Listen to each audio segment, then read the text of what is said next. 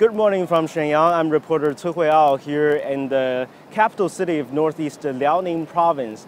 As we know, today marks the 86th anniversary of the September 18th incident, which is a very important day in the history of modern China. And we're here to bring you the latest report on the commemorating ceremony, which will take place in about an hour and 18 minutes. So we'll update you on the procedure, what's going to happen in the next couple of hours, people who are attending, as well as the historical background and its significance. So a lot to cover. But here, just to give you an idea of where I'm at, as you can see, I'm here standing at the entrance of the September 18th Museum. And for those who are not so familiar with it, I'll give you a brief introduction. It's founded in 1991, and it has the mission of educating people about that tragic history. And it is the country's only museum at home and abroad that is capable of comprehensively reflecting the September 18th incident. So every year, and as well as later on, people will line up here. Thousands of people, hundreds of thousands of people will line up here just to go inside and take a look at some of the cultural relics and as well as historical photos that are related to the incident. They also use some modern means of display. So it's a good place to pay a visit as you visit Shenyang. And a brief general introduction of this museum, where we are at, it's actually located to the southeast of the former Liaoning Lake section of the South Manchuria Railway, which is where the incident took place. And in front of me, as you can see, this is the main road that goes through the city of Shenyang. And now it's the rush hour, so normally you will see some traffic jams. But not today, because the traffic police are all out.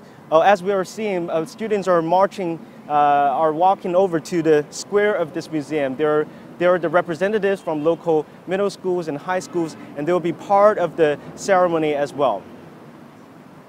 But going back to this road today, as I came all the way to the museum, I saw a lot of traffic police officers on the street. There to maintain order.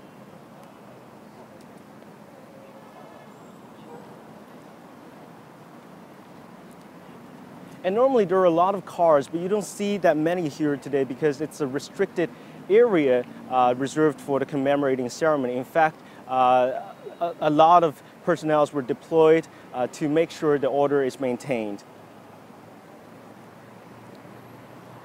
We're expected to see more students coming probably, and earlier there were a lot of officials as well as representatives from the People's Liberation Army, students already gathered at the square to get prepared for the upcoming ceremony. And on the other side of the wall, which you probably can't see anything from here, but it's actually the railway, the high-speed railway that connects Dalian, which is a very beautiful seaside city, all the way up north to Heilongjiang, to Harbin, which is the capital city of the Heilongjiang province. And also used to be the section of where the incident took place is also near this place. So which you don't see anything here, but it's actually behind the wall. And let's move on. As you can see, this is the September 18th Historical Museum. These are the characters written by the previous Chinese President Jiang Zemin. So it shows that the country attaches great importance to this historical site.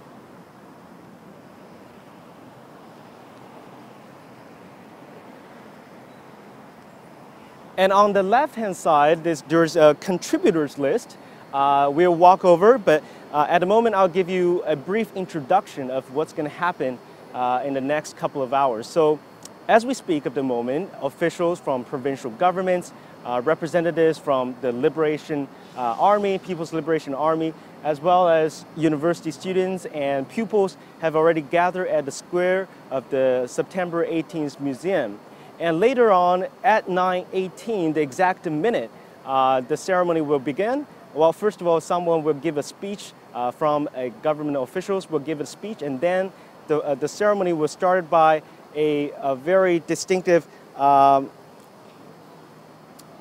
bell ring, which will be struck for actually 14 times, indicating the 14 years of resistance against the Japanese aggression. And that was followed by a 3-minute-long siren, which local TV and radio stations will broadcast just to mark the occasion. And people on the streets will also stop their vehicles and honk their horns to pay their respects. And as we speak at the moment, a group of officers are walking by,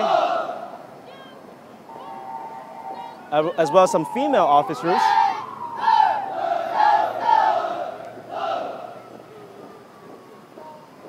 So there will be at the ceremony as well. They are now chanting 1, 2, 3, 4, and you can feel the morale there.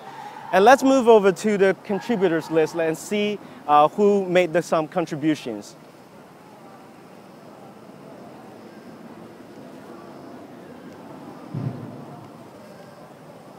The entire square of the museum is divided into 2 parts. So we are at the section B, and you don't see many people here, and most people are gathered over there, which we don't have access to at the moment.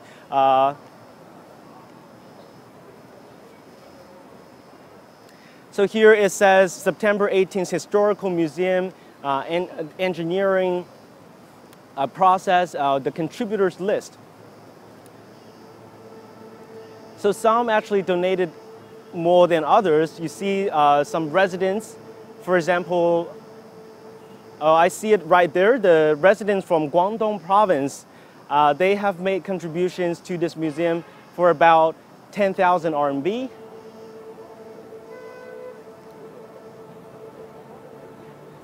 And some retired government official also made 30,000 RMB of contributions in 2009. And over there, some of the enterprises, like the chemistry chemical plant from a local chemical plant from Shenyang, made about 100,000 RMB. So it's just to give you an idea of how much importance people attach to this incident. And just so you know, this will be the 22nd time that the sirens will be sounded here in Shenyang. It's a routine that began in 1995.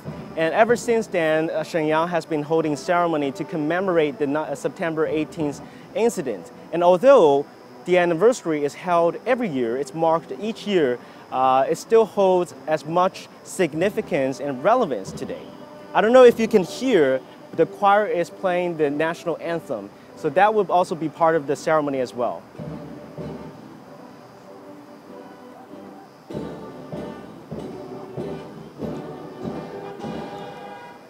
So really, the purpose of holding this event is not really to plant some sort of hatred among people towards the enemies at that time, like Japan, but to remind people of the national humiliation, because it's a day of humiliation to all Chinese people, especially to people in northeast China. And not everyone is familiar about that history. I'll give you some backgrounds. So on September 18th, 1931, around 10 p.m., Japanese troops, they detonated explosives and blew up a section of the railroad, which I pointed out to you behind the wall. And they accused China of that act, and that has become the pretext for invasion. And in just about 4 months since that incident, the entire northeastern China was occupied by the Japanese. So it was a deliberate act. It was completely orchestrated and choreographed by the Japanese, as it was written on the wall of the museum, actually. And following that incident, of course, China's resistance against the Japanese invasion has begun. And it lasted for 14 years, which is longer than any other major power in the world. So you can only imagine, it's 14 years of war and resistance, and during which more than 35 million Chinese people were killed and wounded during that history. So a very tragic history to the Chinese. And the first 6 years, from 1931 to 1937, it was actually local resistance. But after the Hui'ao incident in 1937, it turned to a full-scale national resistance for independence and dignity. So totally, it's 14 years. And I will talk about that later because that also marks another significance of commemorating this event on this particular day in 2017.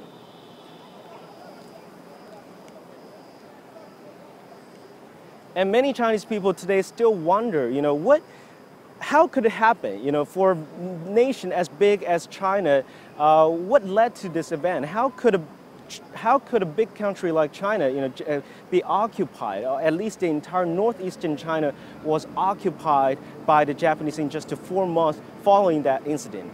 And the history is actually very telling because before the September 18th incident, Japan was setting out to attack the northeast of China. And at that time, Chinese government adopted a policy called non-resistance. So not resisting any attack, basically. And under that order, troops had to back off and they did not fight at first. And that has cost millions of lives lost during those battles. So it was indeed a very tragic event. And that decision, people wonder why did they choose to not resist? Because the decision was made out of the fear that at that time Japan was militarily more powerful than China, and the fear that China would make huge losses if it chose to resist. So that was the historic background. You can still hear the national anthem going on.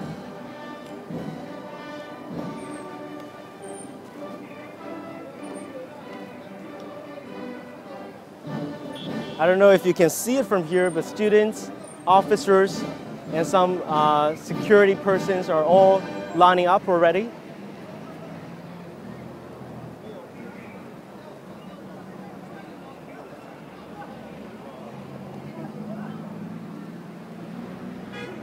And you can see the national flag.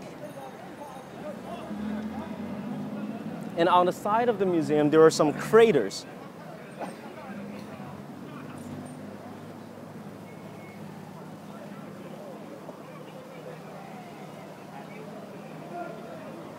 In retrospect, of course, the September 18th incident not only marks the beginning of Japanese invasion and aggression, but also lifts the curtain of the Second World War. So it has left not only indelible mark on Chinese modern history, but also to the entire world history. So it's an event that is so important to the entire world. And 3 years ago, for the first time, the memorial ceremony was commemorated here in Shenyang, and raised it to the national level. And what do I mean by that was that top party leaders and state leaders have participated and attended the ceremony by giving speech and paying respects. So I remember in 2014, it was Liaoning, back then the CPC member of the Political Bureau Standing Committee, who came here and attended the ceremony. And 1 year ago, last year, it was Liu Yandong, who was the member of the CPC Central Committee, who gave the speech. So today we don't know who's coming. At the moment, we have no information about who's going to give us a speech. Perhaps it's the central member from the central government or the provincial government. But it just shows that China attaches great importance to this historic event because it is, as I said earlier, it is a day of national humiliation to the entire northeast of China. And it's here, we're not here to sort of spread some sort of hatred about people, but also but instead to really give people an idea of what happened, because some younger generation, they do not know much about that history, and it's a warning against forgetting history and the national humiliation.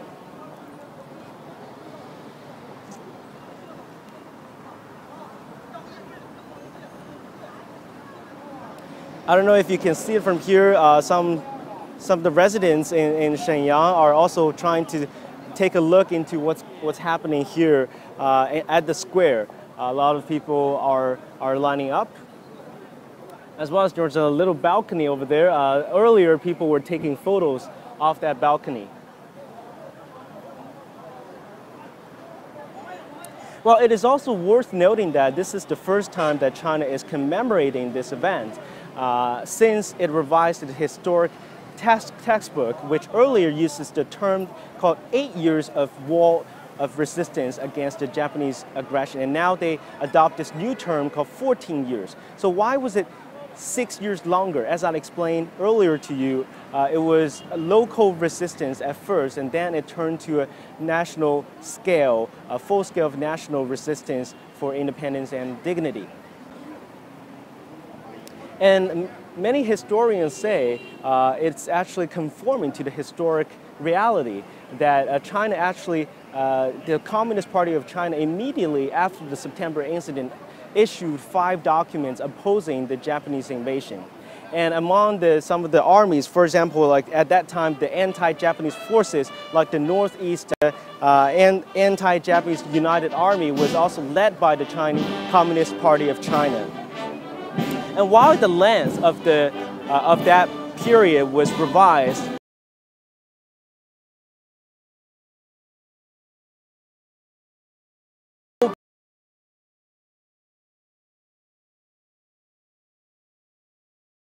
to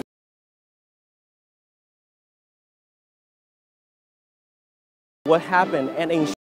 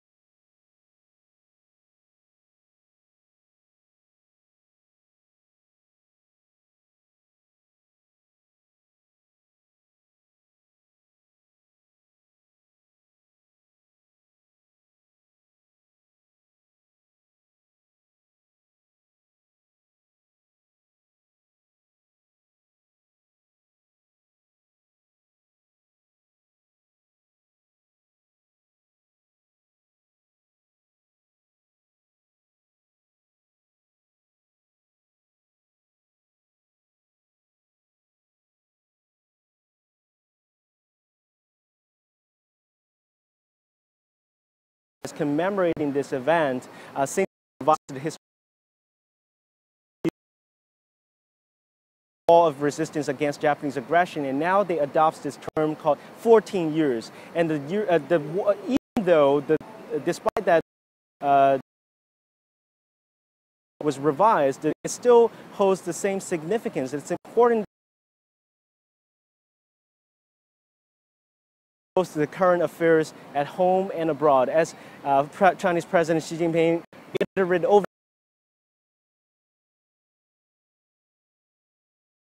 seek hegemony over other nations. Neither will it.